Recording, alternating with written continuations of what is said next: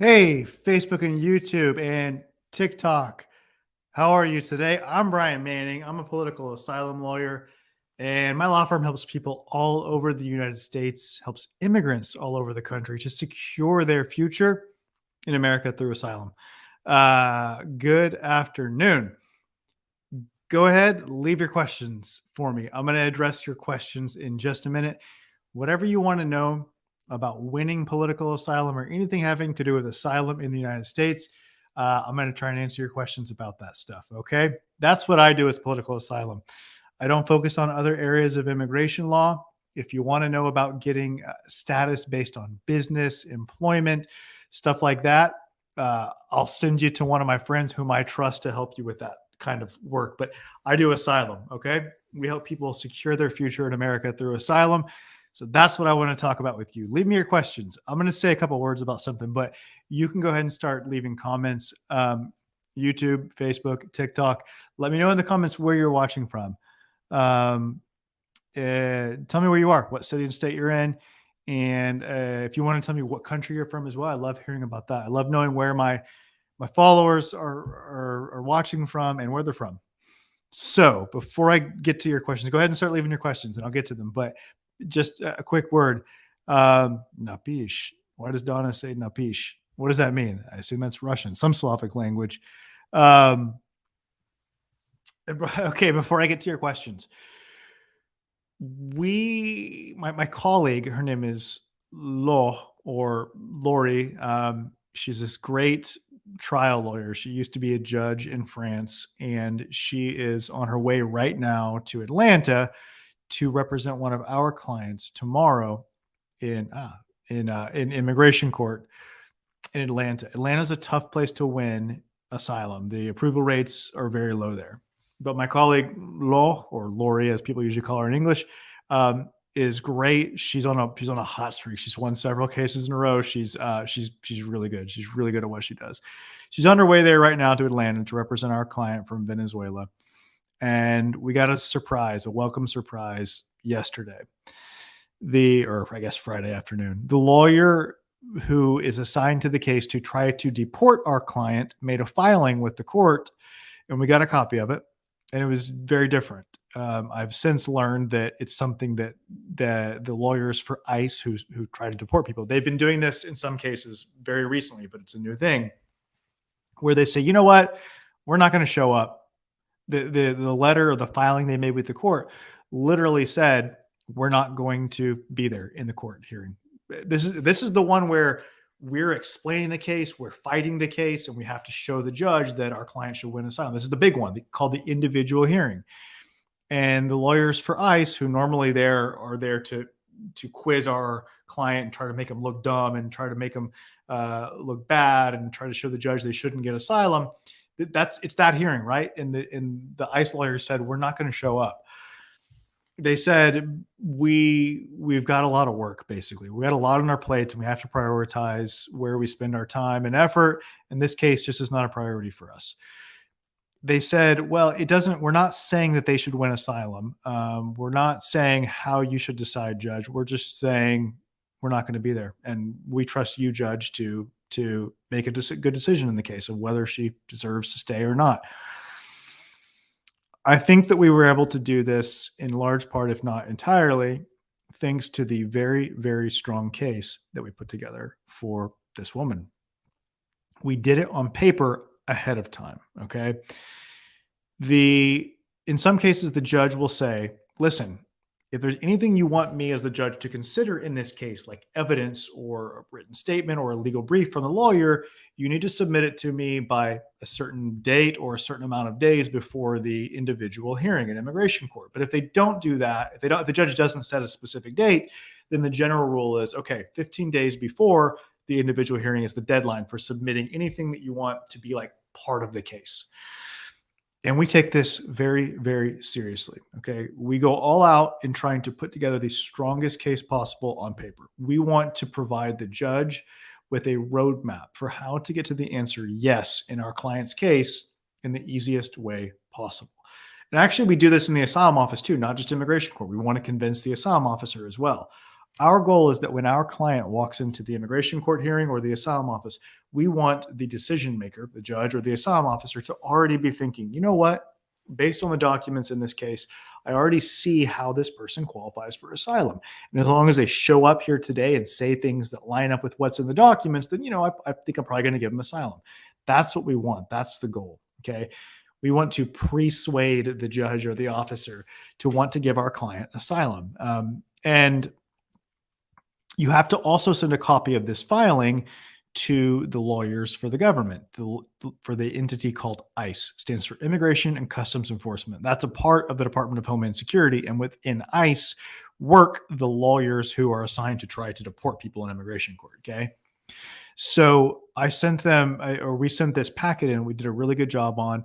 Um, One of my colleagues, who's this great, brilliant brief writer named Brian Jacoby, he took the lead in writing the legal brief, and it's really good. That's where we explain the facts of the case and we apply them to the law, and we analyze the case in a way that shows the judge, here's exactly how we meet each of the elements. Here's exactly how our client qualifies for asylum in light of all of the different things we have to show you, judge, to convince you. And Brian Jacoby did a great job with this brief. It was a team effort. I mean, lots of people in my office work on this filing. In addition to the legal brief, though, we've got evidence. So we work with our client to develop evidence to try to find the things that are going to be most helpful to them. And we also have our client do a formal declaration, like kind of like a statement or a history, right? Where you explain what happened. And people often do this by themselves, or, if they have a lawyer who isn't maybe so great, they write this statement, but usually it's complete. Usually it's, to be honest with you and blunt, it's a little bit, it's worthless sometimes. Okay. It's rambling and doesn't talk about things that really matter to the judge or the asylum officer. But I think, thanks to my experience as a former asylum officer with the government, we've gotten pretty good in my office at figuring out exactly how to craft these and what information we need to be relaying to the decision maker to give them exactly what they need, in shaping it, framing it in a certain way that shows them that our client should win asylum. Okay. So we did this. And I think that this is probably what led to this lawyer for ICE saying, this one's not one that we really care about fighting that much. This one looks kind of hard. This one looks like we'd have to really go through and really pay attention to every argument they're making and find ways to rebut those arguments, to get around them or counteract them. And this person looks like they have a pretty strong case from what I can see in this filing that the lawyer for them made. And so this one, let's skip this one. Let's tell the judge we're not going to send our lawyer out to this one. We're going to go to another one instead. This one's not one that we want to mess with. So I think it was helpful. I think this filing was the key to that. And here's the thing: most immigration lawyers don't do this. Many of them don't write a legal brief.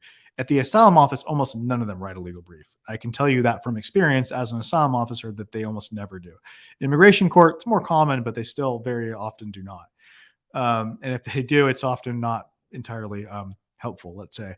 So the point is, there's a lot that you can do to influence the outcome of your case before you ever set foot in that court, or before you set foot for that individual hearing, okay, or before you set foot in the asylum office for your interview. You can present the case in a way that makes it more likely that you'll win. That's the bottom line. Okay. So, I've got trainings on my YouTube channel about this.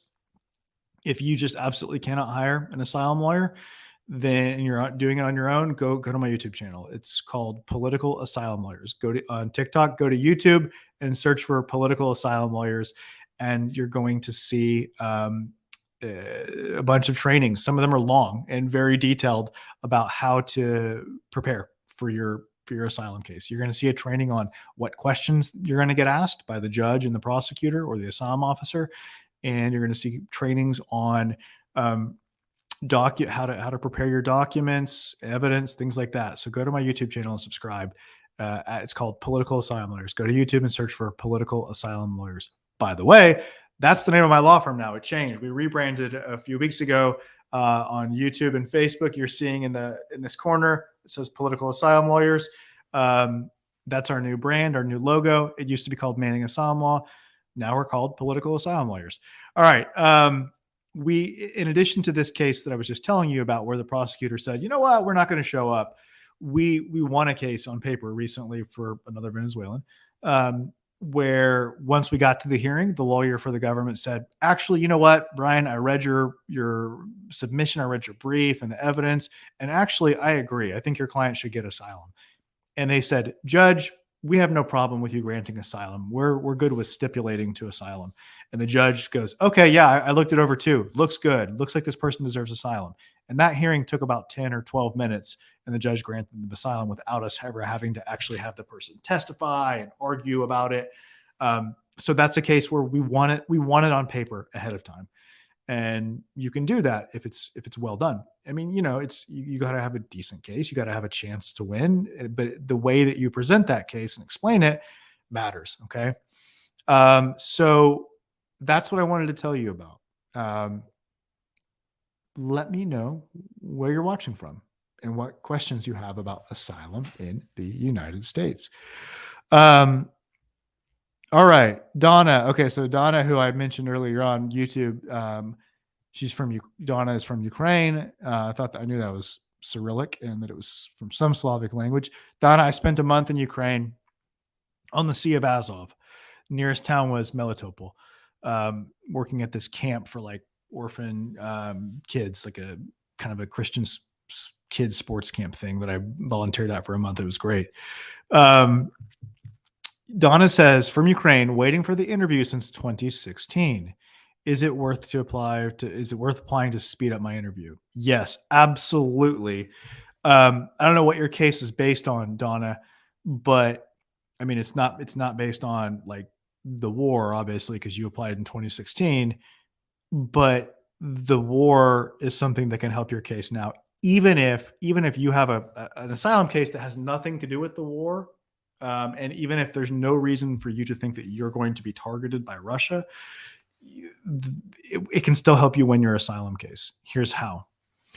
If you convince the asylum officer that you were persecuted in the past, that the harm that you suffered in the past was serious enough in nature to count as persecution, to rise to the level of persecution, and you show that it was on account of, or meaning at least motivated, at least in significant part, by the fact that you possess one of the 5 protected characteristics under U.S. asylum law, if you show those things, then it makes it a lot easier to get asylum. Like with the analysis the officer will undertake with regard to the future is more beneficial to you. And the fact that there's a war going on in which civilians are being targeted and killed, and there's just general lots of violence and upheaval right now, that can help you, because you can show even if the thing that was bad for you in the past is no longer around, like say it was someone who did bad things to you that qualifies for past persecution, but that person is gone, they left, they died, or something happened, and you're no longer at risk from the same thing that caused a problem in the past. Well, the fact that you could be harmed because of an ongoing war in your country can be enough for you to get to still win asylum, even though the thing that was the problem in the past might not be a problem anymore. I have no idea if it is in your case, but I just want you to know the point is this. The fact that things are bad in Ukraine right now and there's a war can help you, both in terms of the formal asylum analysis, but also just subconsciously and psychologically in the asylum officer's mind, right? It's a sympathetic, there's a lot of sympathy in the United States for Ukrainians right now. So yes, it's a good time to have your asylum interview. So you should try to get it. And so you said you've been waiting since 2016. Then how do you get your interview? You sue the government. Okay. You can ask to expedite your case if there are urgent humanitarian concerns.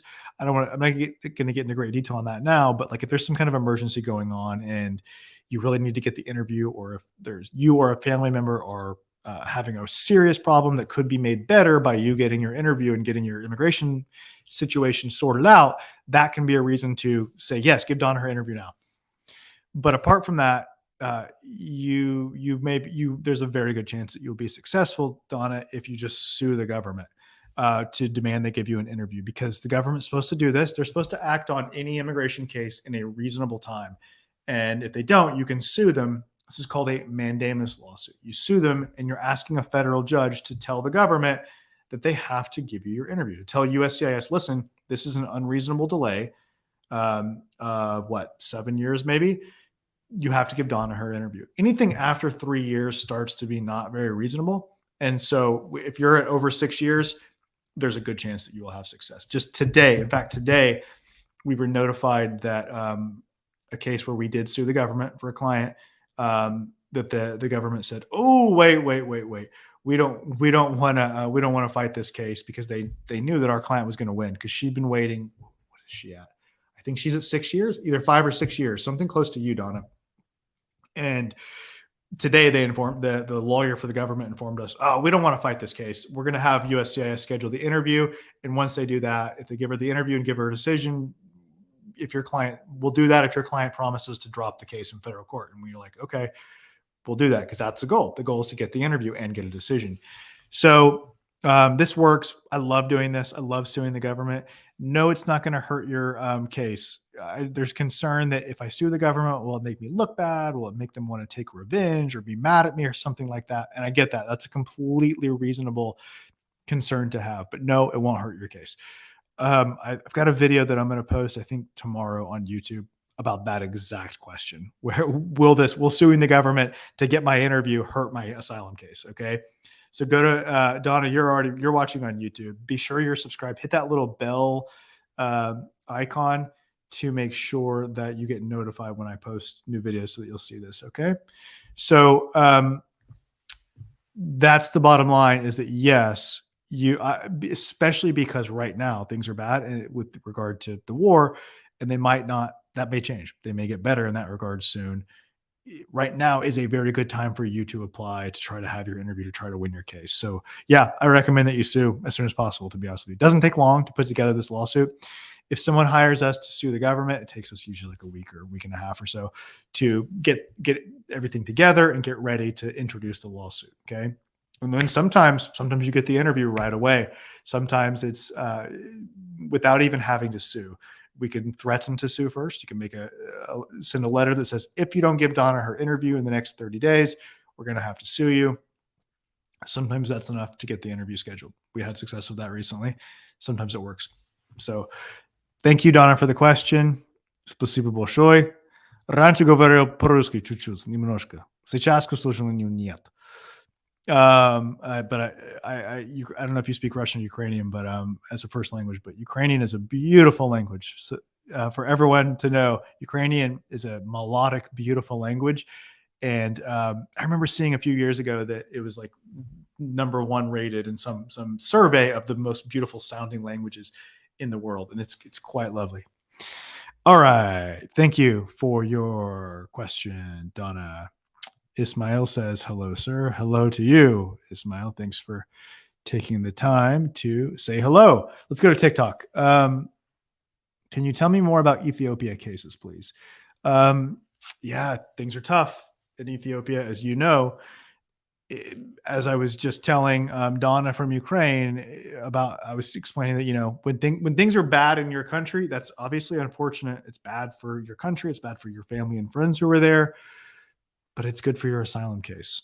And you need to take advantage of that. And if you've been waiting, I don't know what your status is, but if you've been waiting for a long time, for years for your interview, you should consider suing the government to try to take advantage of this difficult moment, to make the bet. Let's say to make the best out of this difficult moment. Right. But yeah, it's tough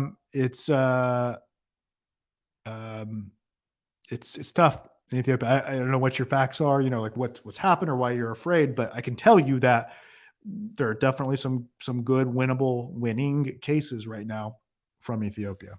Okay.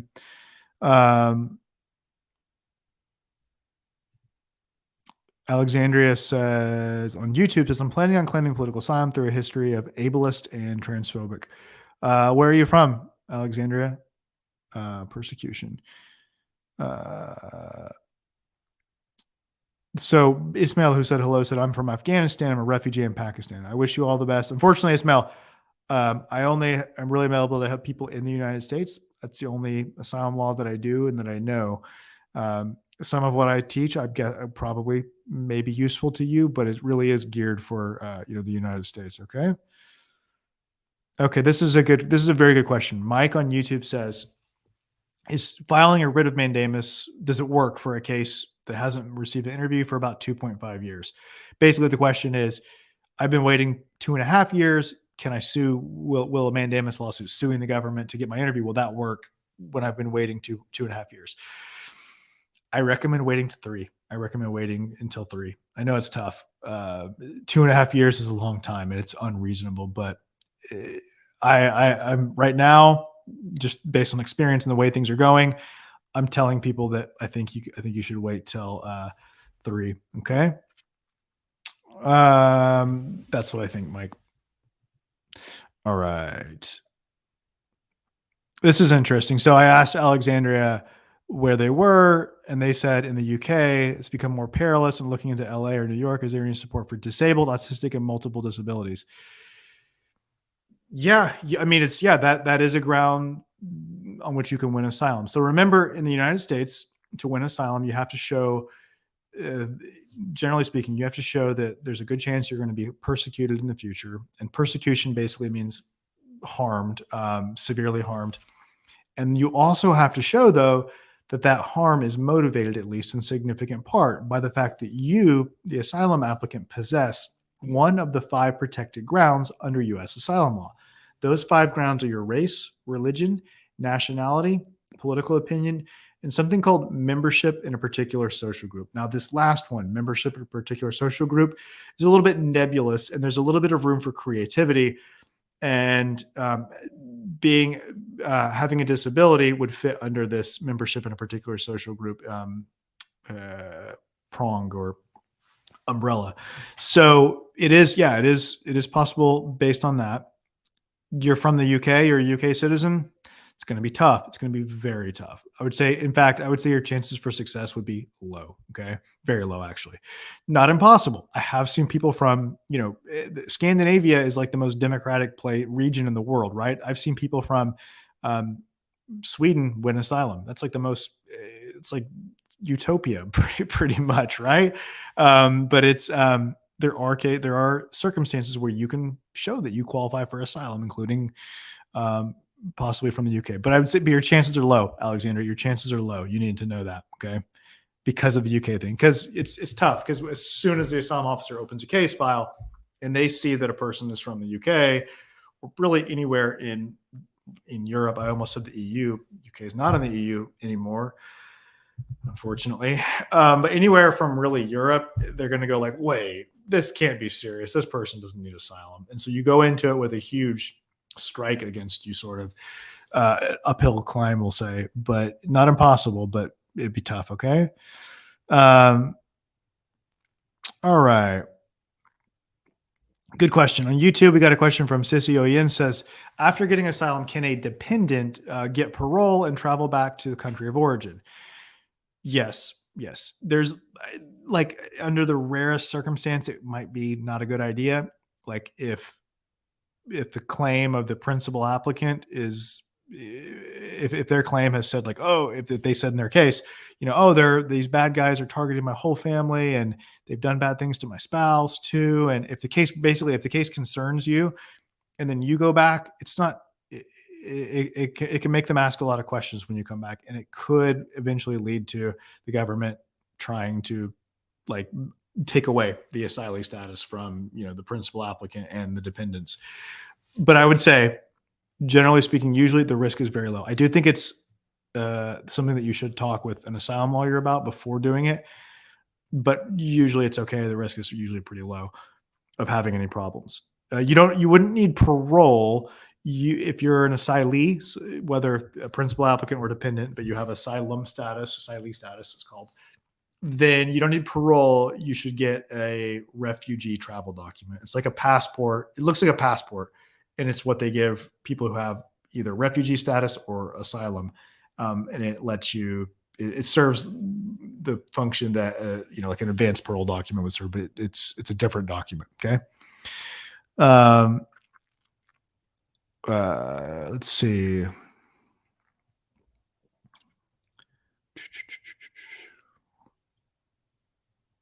All right. This is a good question. On YouTube, we've got Jacqueline Elvis says, Do you have payment plans? I called your law firm and it was expensive for me. Just wondering if we can still work together if you have payment plans. I'm a Nigerian watching from Ohio. Um, yes, we do. I'm sorry if that wasn't communicated to you. It should have been. It will be going forward. Um, yeah. So yeah, it's expensive. It is. It's expensive. It's. I think my clients would tell you that they think it's worth it to do what's necessary to try to get the best help possible, considering how important this is, right? Considering how much is at stake. Like, you want to get the best help possible, and um, we we do our best to help people present the strongest asylum case possible, and I think we do a good job at it. But to back to your question, there's payment plans. It's we ask for an initial payment and then a payment plan that's usually spread out over at least like 12 months. Sometimes it's 18 months, even for the most expensive cases, which are like immigration court cases where the person has not yet applied for asylum. It's like a 24-month long payment, because we understand it's hard. I know it's hard. It's a lot of money, and it's hard to do that. So we want to make it accessible to people. That's why we offer these quite extended payment plans, quite long. I think most of my friends, immigration lawyers, look at me and they're like, "Wait, why do you do that? Why don't you get way, way, way more money up front? What if people stop paying you?" I tell them, like it doesn't happen often. People don't often stop paying us. It's not just hasn't been a problem, and I'd rather try to help more people, knowing that there's a few that might stop paying. I'd rather be able to in a position to try to help more people. So yes, that was a long way to answer to say yes, we do. Um, all right.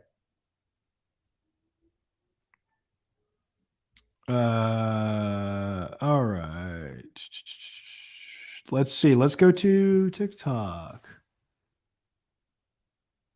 Okay, can you explain to me TPS? Is it like the green card or passport? Is it like in a green card or passport, or is it like a work permit? So if you get TPS, you don't get a card that says I have TPS, or any kind of passport. It's not a visa that goes in a passport. It's just a letter that says you've been approved for TPS from this date to this date. However, you can get a work permit that is based off of your TPS status. But that work permit looks just like any other work permit, whether it's based on pending asylum claim or marriage case, whatever it's based on. They look the same, except for there's a little area where it has like a letter and a number that indicates what it's based on. So yours would be the code for someone who has TPS. That's why you're able to get the work permit, why you're eligible for it. So yeah, so you don't get like a TPS card or some kind of sticker that goes in a passport. It's just a letter that says it's your approval letter is the proof that you have TPS. Okay. We've on TikTok, we've literally never seen one. Seen one what? I didn't see what you said. Oh, on TikTok I'm an Eritrean. Um, yeah, I in Somalia. There's a lot of Somali people watching you. So we had Eritrea. Thank you for watching.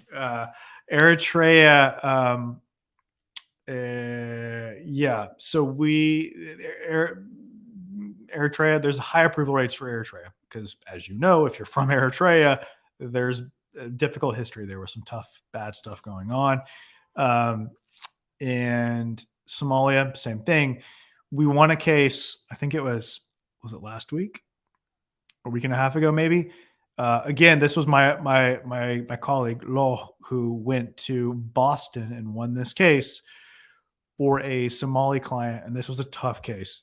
Somalia, if you told me that someone's from Somalia, are they going to win asylum? I'd say, you know what, probably a pretty good chance. This case was complicated though. This case was hard. I'm really proud of our team for putting together a really good case on paper, and for Loh or Lori for presenting it, helping to explain it to the judge and presenting it in person in Boston. So yeah, we won a Somali case just very recently, and so it can be done. A lot of Somalis do have, yeah, good cases, good cases. But I got to tell you, I think there's a big bias against Somalia and Africa in general, especially at the Asylum office. Here's what, so my law firm has been open for a little over 3 years. And before that, I was an asylum officer. I worked at the Houston Asylum office as an asylum officer. Before that, I was a diplomat. And so I've done the visas. Many of you came to the U.S. on a visa, right? I used as a diplomat, I did the visa work for a while. But at the asylum office, there's this culture that is largely anti-immigrant. Okay, I was shocked when I was an asylum officer to see how many people there are anti-immigrant who just who are looking for ways to deny people. What I've come to believe since I've been an asylum lawyer now for 3 years is that it's not quite as bad at the immigration courts. I think immigration judges tend to be a bit more reasonable. They're more sophisticated. They're more reasonable.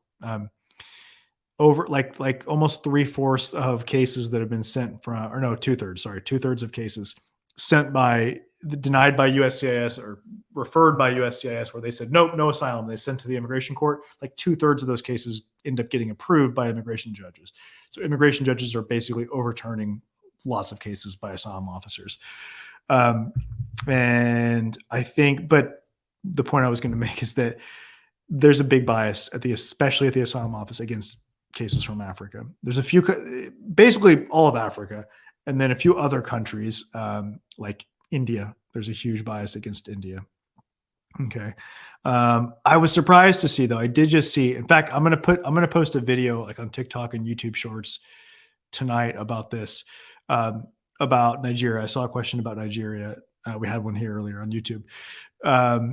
The approval rate in immigration court for Nigerians is 40, or according to recent statistics from small snapshot, small time period, but still 40, very recent data, 40% approval of Nigerians, which I assure you is way higher than at the asylum office.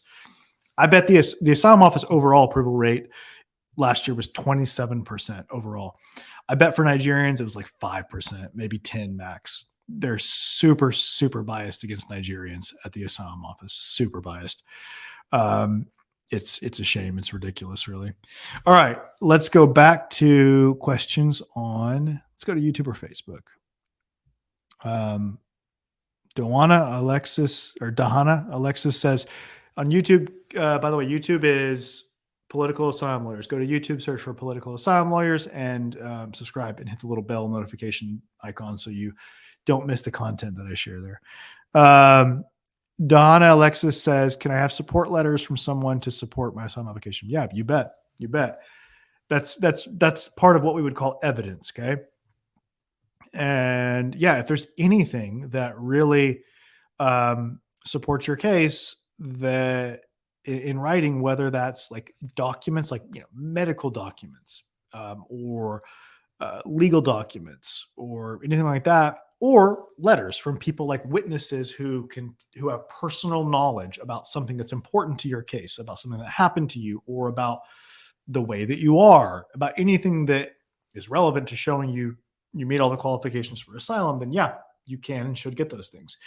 We work hard with our clients to decide what to try to get and to get it, to paint the picture that we want to paint, to show the officer everything they need to know to see, or the judge to see, that we should win asylum. Very kind of you. On YouTube, the comment says, guys, Mr. Brian is the best asylum attorney and his law firm with a wonderful team doing a great job. Credit from Akhmarat. Have a wonderful day, Mr. Brian. Thank you, Akhmarat. Very kind of you. Appreciate you taking the time to stop by, say hello, and leave that very, very generous comment. Thank you very much. Let's see what else. All right. Okay. On TikTok, there's a question from Abdul. I couldn't see the rest of the name. Abdul something. And then it went away. He asked, is being a medical doctor, does that count as a membership in a particular social group? No, not by itself, probably. There's 3 things that you have to show to convince the judge, to establish that the group that you're saying is a particular social group, in fact, qualifies as a particular social group, under the analysis that the courts have come up with to decide what counts as a particular social group and what does not.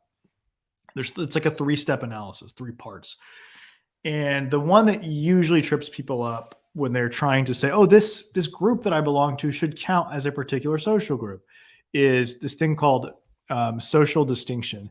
And it's like the question is basically, does the society that you live in, do they look at this group of people as kind of a distinct and set apart group? And is it a group that when someone hears that you're in it, they would go, "Oh, he's one of those. Oh, he's one of those guys." Are there things in the laws of that country that deal with your group, like to protect that group? Are there trade groups centered around it? Are there um, is the group mentioned in popular culture? Is it referenced in songs or literature, poems, whatever? Like, is being a member of that group a thing in your country? I know that's kind of abstract and kind of nebulous, but it's it's a challenge. It's a challenge to convince a judge or an asylum officer that, look, this group that I'm saying is a particular social group does in fact qualify under the law as a particular social group. So does doctors? Probably not by itself. It's probably going to be too broad, overly broad.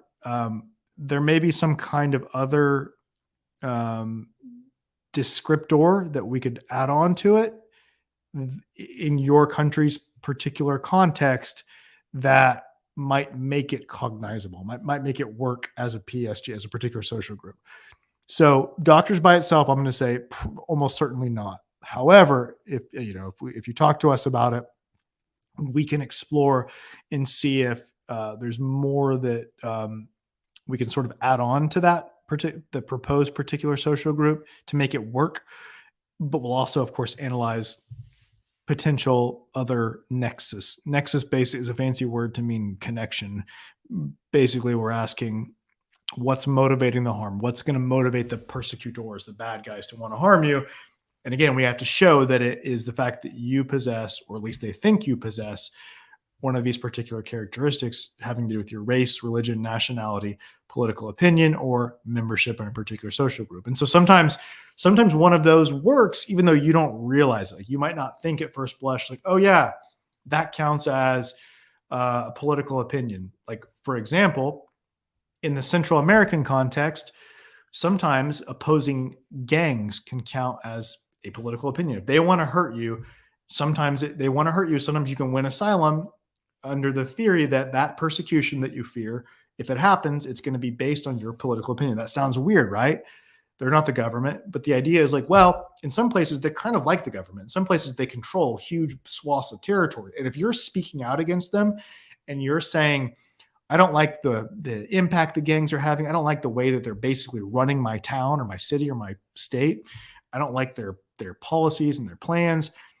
You're expressing what has been considered by immigration judges and federal courts to be a political opinion in the way that that phrase is used under U.S. asylum law. So the point of that is, you might qualify under a ground that you don't really realize that you qualify under. So that's why it's important to have an asylum officer go through with you, your case, and ask you probing questions to look to see, is there a hook? Is there a way that we can make a faithful, convincing argument that, look, there is nexus here to a protected ground, even if it wasn't apparent from the beginning, right? All right. That's nice. Thanks, Pella. Please let us support his channel by liking this live video. I agree with Pella. Thank you, Pella. Yeah, what I would love to do for you to do, if this is helpful for you, subscribe first of all and hit the little bell icon.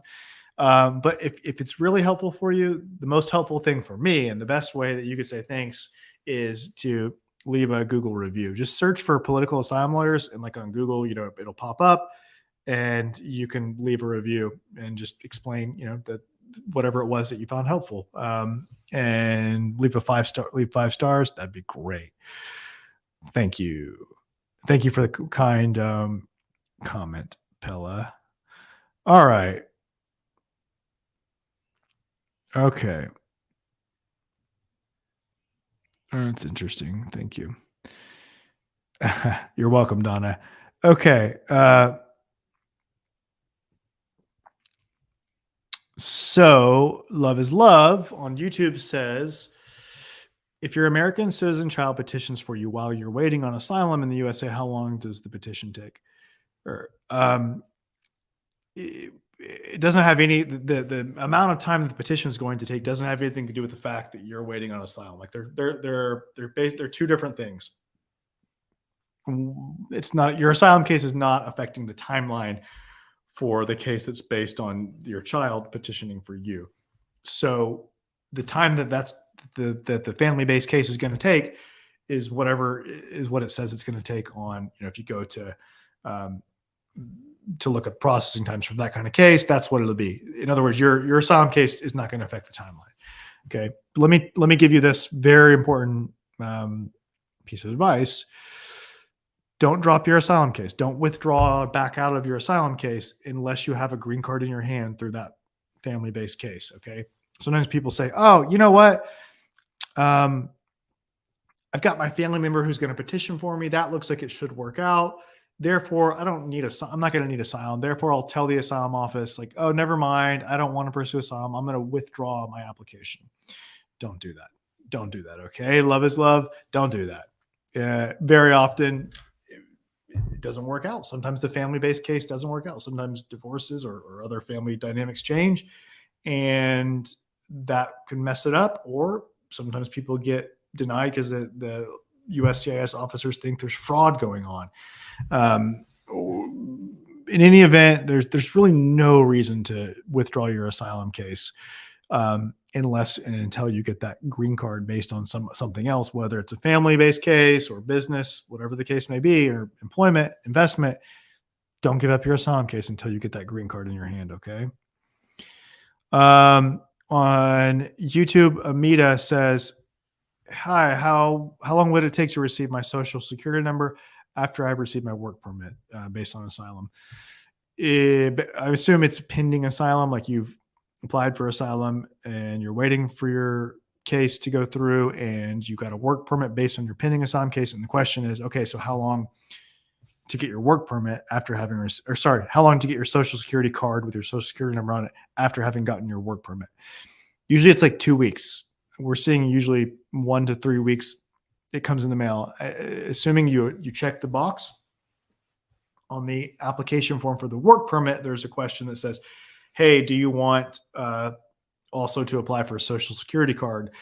I think it's questions 14 through 17, if I'm not mistaken. If you say yes, then you have to fill out a little bit more data at like 15, 16, 17. And if you do that, then you're automatically applying for the social security card at the same time that you're applying for your work permit. And usually what we see is that people get the work permit and then 2 or 3 weeks later, they get the social security card in the mail. So hopefully that'll happen for you. If it doesn't, if it gets to like 4 weeks or so, then you can make an appointment and go to a Social Security Administration office near you and ask about it. Okay. All right. Thank you for that. Donna, subscribe to all notifications. Thank you for all the information. You're welcome, Donna. Пожалуйста. All right. Let's go over to also, Mike says, thanks so much. I have your YouTube channel notification turned on. And I always watch your videos. God bless you and your team. Thanks. Appreciate it, Mike. Awesome. Ibrahim on Facebook says, I'm from Ghana, but currently in New York and Brooklyn. I'll turn 18 years old on 19th of April. I'm only in school. I won OTP letter. That's government support, but didn't give me yet. Okay. Ghana. So West Africa, what, so Ibrahim, let me know if you have a question. Yeah, let me know if you're just saying hello. That's cool. But if you have a question for us, let me know. We've helped people from Ghana before. There's some definitely winnable asylum cases coming out of Ghana. That's for sure. Good Times on YouTube says, hello, Brian. I have a pending asylum case and I applied for my EAD, which means work permit, if you didn't know, on January 13, 2023, and I haven't received it yet. Is this normal? So what are we now? April was it 10th or something? Um, February, March, April. So 3 months. That's pretty long. It's pretty long if it's your first if it's your first one. Um, Meaning the first time that you're applying for a work permit based on a pending asylum case. Usually that's like a month or 2 months. If you're at 3 months, it's a little bit long, but I think I've seen that recently. The norm is still faster. It's like 1 to 2 months, but I have seen some at like 3 months. If you get to 4 months, I would say I would start worrying. I would start calling USCIS and inquiring about it. Okay. Um, Jonathan says there's about 700,000 cases pending at USCIS. Yeah, I actually saw yesterday the statistic that was a little bit old. It was from several months ago that I think it was like 500,000. It was probably like 6 or 8 months ago, so I wouldn't be surprised if it's at 6 or 700,000. Um, so, yep, there's a huge backlog. Here's the thing. If you apply now for asylum, there actually is a decent chance that you will get your interview soon, within like 2 or 3 months. Because this is despite the fact that there's people who are waiting 5, 6, 7, 8, 10 years in this massive backlog of over 500,000 people, and that's because USCIS changed its policies for the way that they schedule and the way they prioritize scheduling interviews, such that now, starting a couple of years ago, or a few years ago now, when you apply, they try to schedule you as soon as possible. Like they take in a case and they say, okay, we're going to try to schedule as soon as possible, and those people are therefore getting interviews soon. Many of them, but some of them they don't have all the spots for enough of them, and then they get put into the queue. And once you get put into the queue, you're in trouble. Like if you don't get your interview in the first 3 or 4 months after applying, there's a good chance you're not going to get it for years until you eventually wait long enough that you're able to sue to force the government to give you your interview. Okay. All right.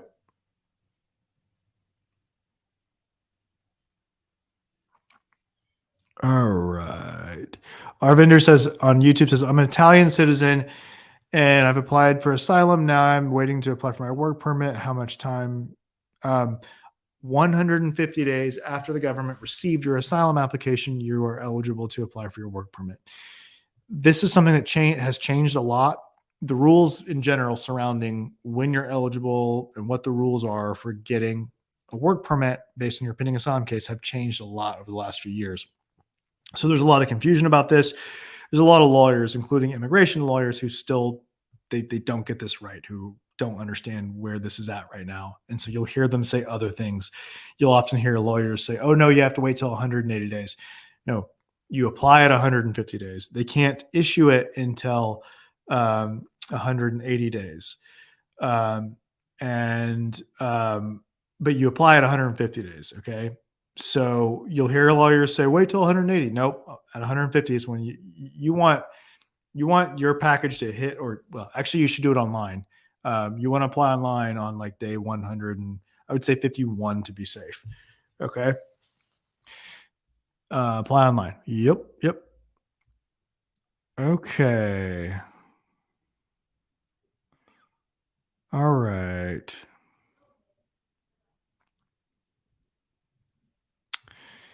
This is an interesting question from David Bravo. He says, I'm from Nicaragua.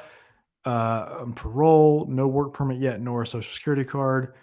I'm able to employ myself. I've been working from home as a freelancer from Nicaragua with a US company. However, the website Upwork, I know Upwork, does require me to have like an LLC for me to continue to use the platform and use the jobs available for me there. Am I allowed to request an LLC? So the question is, as an immigrant, as someone who, like David's case, he does not have a work permit or a social security card. Can you form an LLC? An LLC is one of the different business types, business formation like setups that you can create for your to have your business structured as in the United States. So can you do that with no work permit and or social security card? So here's what I can tell you. I'm not an expert. I'm not in a position to advise you as to what business type you should set up, but or really how it works. But I can tell you that I can tell you that you don't have starting a business has nothing to do with your immigration status. Like you don't have to have a certain immigration status to start a business. Okay, I can tell you that. Um, whether what you are doing could be considered unauthorized employment is a different question. Um, I can tell you this that working without permission does not keep you from getting asylum. Okay. It can complicate other things later in your immigration journey, but it will not keep someone from getting asylum. That's a common question. I get that all the time. Hey, I'm going to apply for asylum, or maybe I just applied, but I can't wait 5 or 6 months to get my work permit based on my pending asylum case. I've got to work now to feed myself, my family. Um, what should I do? Well, I'm not going to advise you on like what to do, but I can tell you that working without permission will not keep you from getting asylum. Okay. Um, that's what I can tell you. All right. Um, so So on TikTok, we're getting a question. So I did my asylum interview 8 months ago, and it shows like on the USS website decision pending. HIW. I don't know what you mean by HIW. Let me know what you mean by HIW. Um, but if the question is like, what is it? What does decision pending mean? It just means that the next step in your case is for them to finalize the decision and mail it to you. That's all that means. Okay. Um, so Yeah, let me know. Yeah, I'm not sure what you mean by HIW. Let me explain to me what you meant by that. All right. This is here's a really interesting question on TikTok. Can I sue using mandamus for an EAD, employment authorization document, aka work permit? Probably not. Like you can try. There was a huge class action lawsuit, meaning a bunch of people got together and tried to sue over pro- the delayed issuance of work permit applications, and it didn't work. Like it was thrown out, and the takeaway for most immigration lawyers was like, no, it's any mandamus is not going to work. However, if it's clear that actually, you know what? Let me back that up. Let me walk that back a little bit. Let me just say, I don't know. Good. It's a good question.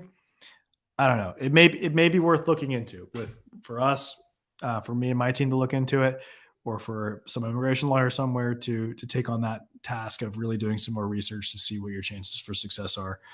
Oh, thank you for the question. So clarification, HIW, how much am I waiting? Yeah, I don't know. So the question was the person had their interview 8 months ago and they're still waiting for a decision. How much longer to wait? Don't know. Um, unfortunately, sometimes people wait a long time for their interview, including years. And then they get the interview and they wait a long time to get their decision. Yes, weeks, including 8 months or longer, sometimes even years. So here's what I would say. If you've been waiting more than 3 years since you applied, then you can sue. You can use this mandamus lawsuit to sue.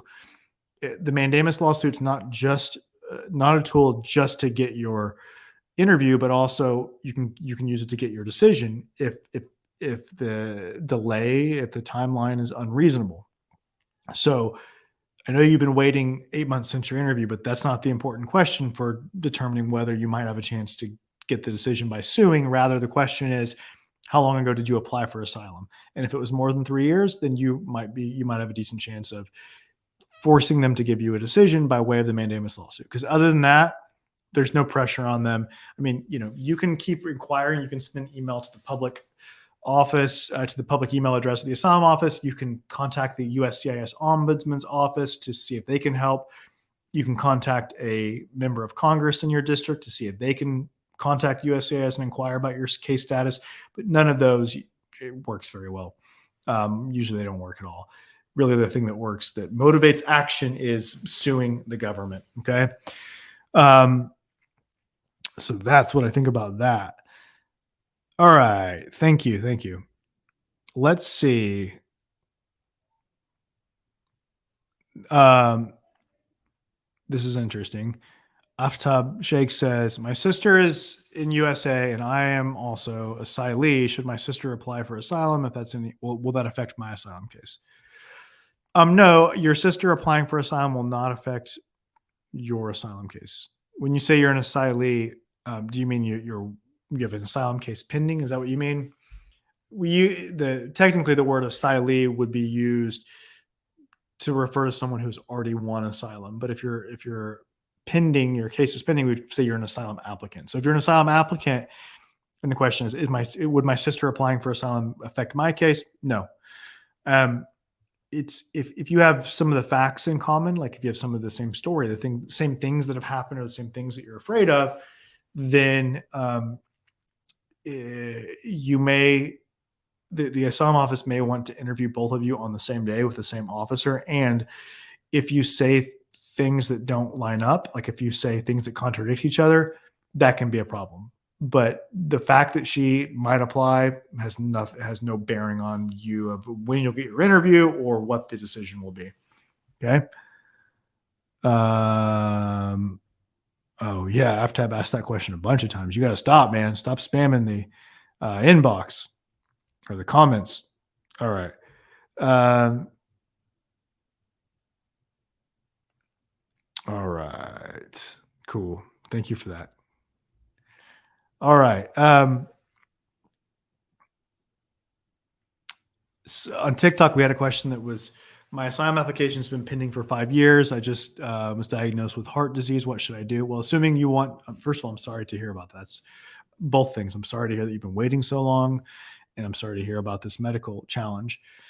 If you want to get your asylum interview as soon as possible, then you could ask to expedite on urgent humanitarian grounds. Like if you talk to your doctors and one of them could write a letter faithfully, accurately, saying that, look, they've got this heart condition, and the stress concerning their immigration situation, the uncertainty surrounding their ability to stay in the United States, and just thinking about their immigration case is stressing them out, and it's contributing, it's making things worse, or it's not good for their health. And I think that getting their immigration situation behind them and getting it sorted out would help their health. If you can get a doctor to say that, and showing that you have heart disease, you have this issue, like with some medical records, and the doctor says it in their letter, that's the kind of thing that might serve well as a request to expedite your interview on what they call urgent humanitarian grounds. So I would do that. I would try that right away, and I would wait about a month. If it doesn't work, after a month after you sent it in, if they haven't scheduled your interview, I would sue the government um, in a mandamus lawsuit based on just how long the amount of time that it's taking, saying it's not a reasonable amount of time to wait for your asylum case to be done. Okay. Arvinder said, there. Oh wait, I just made it go away. My bad. All right. From Ghana in TikTok, we've got from Ghana, currently in Chicago. If I get denied for work permits, will that affect my asylum case?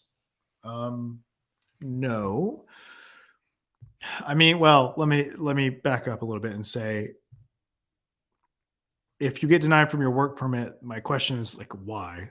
What is it that's causing them to deny you? It could be the fact that if there's something in your background, in your history, that caused them to deny your work permit, that thing could also affect your asylum case. So I guess I would say, I don't know whether it'll affect your asylum case because I don't know why they denied your work permit. And so you should try to, hopefully you can find out. If that happens, you can find out what the reason was, and then you can talk with an asylum lawyer, make sure they know about it, so that they can decide how best to address it and prepare for it, so that it hopefully won't affect your asylum case, or to minimize that asylum case. I mean, the negative impact. Question from David Barry says, are deportations of Venezuelans from inside the USA still happening? Also, does ICE take into account Venezuelan Adjustment Act that is sitting in Congress? Second question, no, they don't care about any prospective law. No, ICE doesn't care about, and immigration judges don't care about, they're not considering taking into account any proposals for laws or policies. No. First question, are deportations of Venezuelans still happening from inside the USA? Yeah, I did. I saw, I think maybe it was 2 weeks ago that I saw in the news that it happened very recently. That's anecdotal. It was just one, I think it was just one incident, but there was definitely a legitimate pause. But then there's that anecdote, and I have heard that there were some previous sort of recently before that. Oh, good question on. Thanks for your question, David. We have lots of Venezuelan clients. When I was an asylum officer with the government back then, it was probably half the cases that I handled were Venezuelans, and now we have a bunch of Venezuelans clients. And I speak Spanish, by the way, David. In fact, if you are Venezuelan or know Spanish speakers who might be interested, I have social media, including YouTube, in Spanish. It's Asilo Aprobado. You can search for on like Instagram and YouTube, search for Asilo Aprobado, and I've got stuff in Spanish. Okay. On TikTok, interesting question. Can a lawyer represent you instead of you showing up for your asylum interview? No, unfortunately. Nope. You have to go to your interview. Both the asylum office and an immigration court, you can't just be like, I'm not going to show up. I'll have my lawyer go for me and talk for me. No, it doesn't work. You have to show up and testify or answer questions. Okay. All right. Then,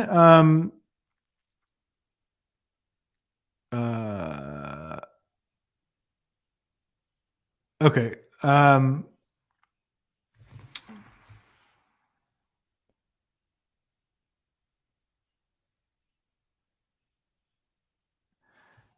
All right. This on TikTok, we've got a comment that says the judge granted my case, but the DHS reserved appeal. What does that mean?